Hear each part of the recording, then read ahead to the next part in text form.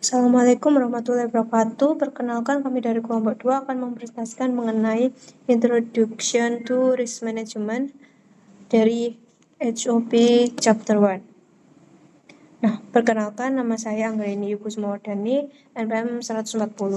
Di sini mengenai definisi risiko. Jadi, risiko sebagai kombinasi kemungkinan suatu peristiwa dan konsekuensinya baik positif hingga negatif yang dapat berdampak pada tujuan organisasi. Nah, untuk macam-macam resiko sendiri, yang pertama ada resiko kepatuhan atau compliance risk, ada resiko bahaya, hazard risk, ada resiko pengendalian, control risk, dan resiko peluang atau opportunity risk. Nah, untuk tingkat resiko sendiri ada inherent level of risk, jadi tingkat resiko sebelum tindakan apapun diambil untuk mengubah kemungkinan atau besarnya resiko. Ada current or residual level of risk, tingkat risiko setelah tindakan pengendalian awal diterapkan, dan ada target level of risk, tingkat risiko yang diinginkan atau akan diperoleh dengan penerapan tindakan pengendalian lebih lanjut. Untuk materi selanjutnya akan disampaikan oleh rekan saya. Baik, materi selanjutnya akan dijelaskan oleh saya. Perkenalkan, nama saya Nayana Wiganeta dengan akhiran NPM 154. Kita akan membahas mengenai classification system. Jadi sistem itu diklasifikasikan menurut beberapa sifat sumber dan pertimbangan tertentu. Yang pertama ada menurut sifat atribut risiko, yang kedua ada menurut sumber risiko, yang ketiga ada berdasarkan pertimbangan sifat dan dampaknya, lalu yang terakhir ada menurut komponen atau fitur organisasi yang akan terkena dampak. Lalu selanjutnya mengenai why understanding risk is important. Nah, kenapa sih ini tuh penting banget untuk dipahami suatu instansi atau organisasi? Karena organisasi yang dapat mengelola risiko dengan baik, mereka akan dapat mencapai 4 bidang peningkatan berikut ini. Yang pertama ada strategi, yang kedua taktik, yang ketiga operation, yang keempat compliance.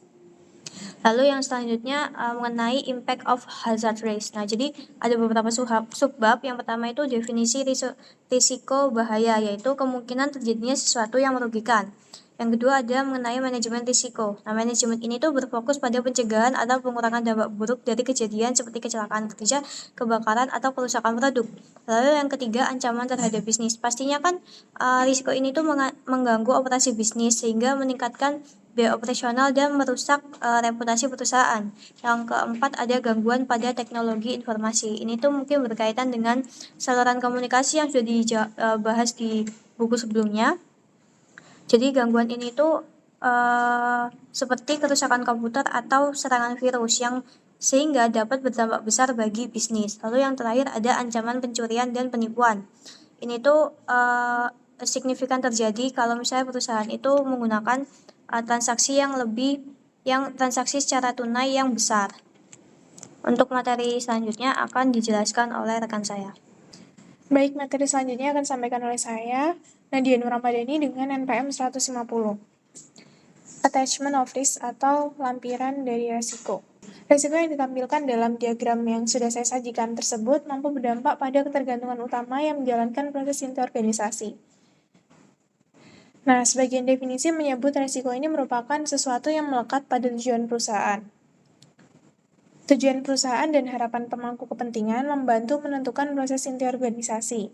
Proses inti ini merupakan komponen kunci dari sifat model bisnis saat ini dan peningkatan di masa depan dan dapat berhubungan dengan operasi, taktik, dan strategi perusahaan serta aktivitas kepatuhan. Diagram tersebut juga menunjukkan bahwa resiko-resiko signifikan dapat melekat pada aspek-aspek organisasi selain tujuan-tujuan perusahaan. Selanjutnya, risk and reward. Resiko dapat diinginkan dan memberikan manfaat atau imbalan. Suatu bisnis akan meluncurkan produk baru karena melihat adanya peluang dari keberhasilan pemasaran suatu produk. Nah, upaya manajemen resiko harus menghasilkan imbalan. Dalam hal risiko bahaya, imbalannya akan berupa lebih sedikit kejadian mengganggu di masa depan. Imbalan atas peningkatan upaya manajemen risiko adalah proyek akan lebih mungkin diselesaikan secara tepat waktu sesuai dengan anggaran dan spesifikasi atau kualitas yang diinginkan. Selanjutnya, attitude to risk atau sikap untuk menghadapi sebuah resiko.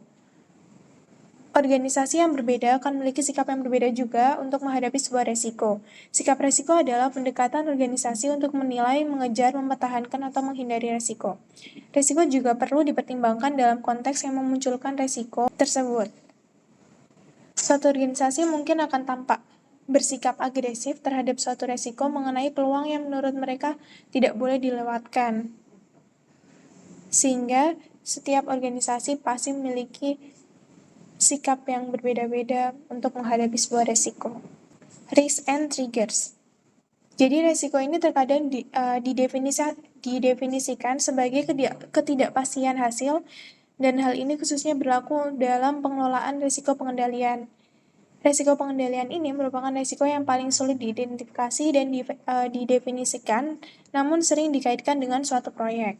Tujuan keseluruhan dari suatu proyek adalah untuk memberikan hasil yang diinginkan secara tepat waktu, sesuai anggaran, dan sesuai spesifikasi. Dari ketidakpastian tersebut, risiko-risiko ini harus dianggap sebagai risiko pengendalian, dan manajemen proyek secara keseluruhan harus secara tepat menghitung ketidakpastian yang terkait dengan berbagai jenis risiko yang akan muncul. Sekian presentasi dari kelompok kami, kurang lebihnya mohon maaf.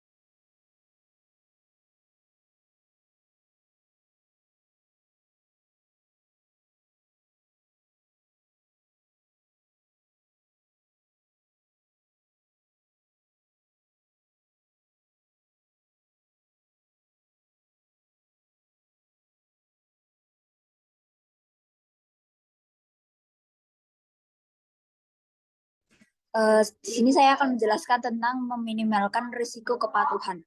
Perusahaan akan menyadari beragamnya persyaratan kepatuhan yang harus mereka penuhi. Persyaratan tersebut sangat bervariasi antar sektor bisnis dengan regulator khusus untuk sektor tersebut. Secara umum, perusahaan akan berupaya memastikan kepatuhan penuh terhadap semua peraturan dan regulasi yang berlaku. Dengan demikian, meminimalkan risiko kepatuhan. Penting bagi perusahaan untuk mengenali risiko kepatuhan itu sendiri dan memasukkan pertimbangan risiko ini dalam aktivitas manajemen risiko mereka. Next.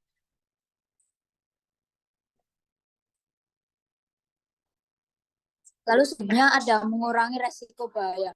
Pengelolaan risiko bahaya melibatkan analisis dan pengelolaan 3 aspek risiko bahaya yang mencakup tindakan yang diperlukan untuk mencegah terjadinya kerugian, membatasi kerusakan yang dapat ditimbulkan oleh peristiwa tersebut, dan memuat biaya pemulihan dari peristiwa tersebut. Organisasi memiliki toleransi terhadap risiko biaya. Salah satu pendekatan manajemen bahaya adalah dengan menggunakan asuransi untuk mentransfer atau membatasi biaya kerugian finansial. Next.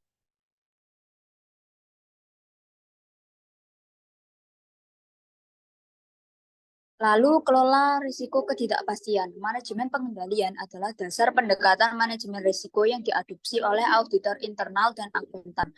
Manajemen pengendalian berkaitan dengan menjaga aset perusahaan dan mengurangi ketidakpastian yang terkait dengan risiko signifikan untuk meminimalkan variabilitas hasil.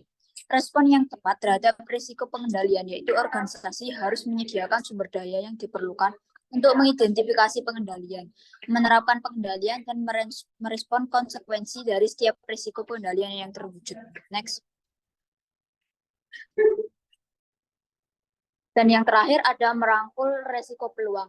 Risiko peluang adalah jenis risiko yang berpotensi meningkatkan pencapaian misi organisasi. Risiko-risiko inilah yang terkait dengan pemanfaatan peluang bisnis. Risiko peluang biasanya dikaitkan dengan pengembangan strategi baru atau strategi yang diubah. Meskipun peluang juga dapat muncul dari peningkatan efisiensi operasi dan penerapan inisiatif perubahan.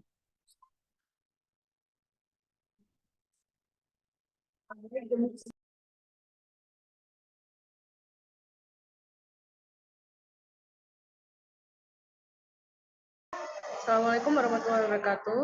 Perkenalkan, nama saya Fatimah Zahra dengan akhiran NPM 318. Di sini kami akan menjelaskan mengenai mengelola risiko, latar belakang, prinsip-prinsip, dan tujuan manajemen risiko dari buku Hopkins. Untuk sebuah pertama yaitu tentang asal-usul manajemen risiko. Jadi manajemen risiko ini memiliki beragam asal-usul dan akibatnya dapat memiliki arti yang berbeda di berbagai bidang praktik. Sehubungan dengan kepatuhan, pemerintah Inggris telah mengatur kondisi kerja Undang-Undang Pabrik yang paling awal pada abad ke-19. Tapi pengenalan Undang-Undang Kesehatan dan Keselamatan Kerja pada tahun 1974 memberikan kewenangan lebih besar kepada regulator untuk menetapkan prinsip-prinsip pendekatan berbasis risiko sehubungan dengan risiko-risiko ini. Next. Lalu, pentingnya pembiayaan risiko. Fungsi dari asuransi organisasi ini mencakup penyediaan layanan kesehatan bagi karyawan dan sebagai hasilnya, fungsi tersebut memiliki sumber daya yang baik. Lalu, pendidikan, pelatihan, dan standar. Program pendidikan dipergunakan untuk mendukung pengembangan manajemen risiko sebagai profesi yang mengarah pada pengembangan kualifikasi manajemen risiko.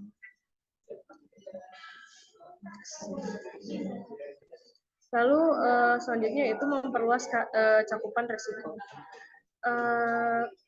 Harus ada peningkatan penekanan pada pencegahan kerugian dan manajemen keselamatan agar perusahaan bisa menjadi kompetitif.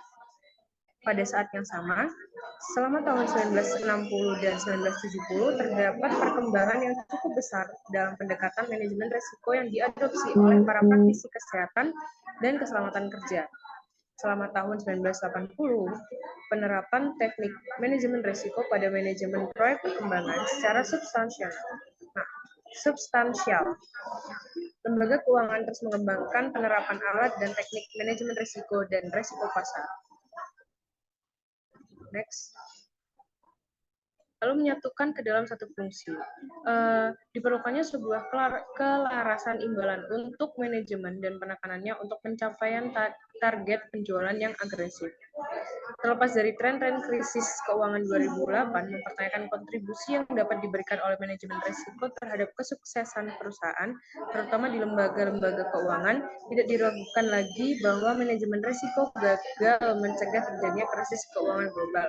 Namun, kegagalan ini lebih disebabkan oleh kegagalan dalam menerapkan proses dan prosedur manajemen risiko yang efektif secara tepat, bukan karena adanya cacat yang melekat pada manajemen risiko sebagai suatu disiplin ilmu seperti yang dapat dilihat pada studi kasus HBOS. Lalu, mengambil risiko yang telah diperhitungkan. Sebuah organisasi itu harus memperhitungkan sebuah risiko. Perlu bagi perusahaan untuk memahami dan mengetahui risiko yang akan mereka ambil. Next.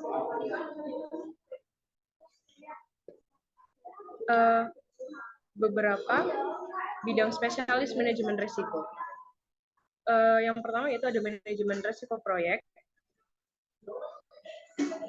lalu ada manajemen risiko medis, manajemen risiko energi, manajemen risiko keuangan, manajemen risiko TI, dan manajemen risiko keamanan informasi. Next. Lalu ada manajemen risiko perusahaan. Yang membedakan manajemen risiko perusahaan atau IRM dari jenis-jenis manajemen risiko yang lainnya adalah cara pendekatannya yang lebih terintegrasi. Next.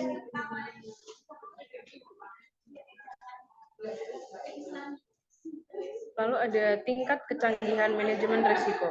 Sebuah organisasi tidak hanya perlu canggih dalam pendekatan dan ekspektasi manajemen risiko, tetapi juga harus matang dalam menjalankan aktivitas manajemen risikonya. Next. Lalu prinsip manajemen risiko. Yang pertama yaitu adalah proporsional, yang kedua adalah selaras, yang ketiga adalah komprehensif, yang keempat ada tertanam, dan yang kelima ada dinamis.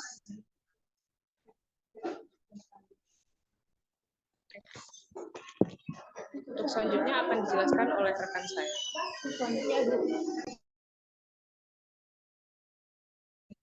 Yang selanjutnya ada tujuan manajemen risiko. Pertama, ada wajib. Ini maksudnya tujuan dasar dari setiap inisiatif manajemen risiko adalah untuk memastikan kesesuaian dengan peraturan, regulasi, dan kewajiban yang berlaku. Yang kedua, jaminan. Dewan dari Komisaris Audit suatu organisasi akan memerlukan jaminan bahwa manajemen risiko dan aktivitas pengendalian internal telah sesuai dengan pajak. Yang ketiga, ada pengambilan keputusan. Kegiatan manajemen risiko harus memastikan bahwa informasi berbasis risiko yang tepat tersedia untuk mendukung pengambilan keputusan. Yang keempat, ada proses inti efektif dan efisien. Ini pertimbangan manajemen risiko akan membantu mencapai strategi, taktik, operasi, dan kepatuhan yang efektif dan efisien. Aktivitas manajemen risiko. Proses manajemen risiko dianggap sebagai serangkaian kegiatan yang mengidentifikasi, menganalisis, mengevaluasi, menangani, memantau, dan meninjau risiko. Nah, biasanya ini akan meminimalkan dan mengobati proses inti yang efektif dan efisien. Risiko yang tidak dapat diasumsikan atau risiko bahaya dapat berdampak langsung pada operasi. Oleh karena itu, penerapan awal prinsip-prinsip manajemen risiko adalah untuk memastikan kelanjutan operasi normal yang efisien. Seiring dengan berkembangnya manajemen risiko, penekanan diberikan pada peningkatan proses bisnis. Proses-proses tersebut harus efektif dalam hal memberikan hasil yang dibutuhkan. Selanjutnya ada penerapan manajemen risiko. Alat dan teknik manajemen risiko harus digunakan untuk mencapai hal-hal berikut. Manajemen kepatuhan menyediakan tata kelola risiko.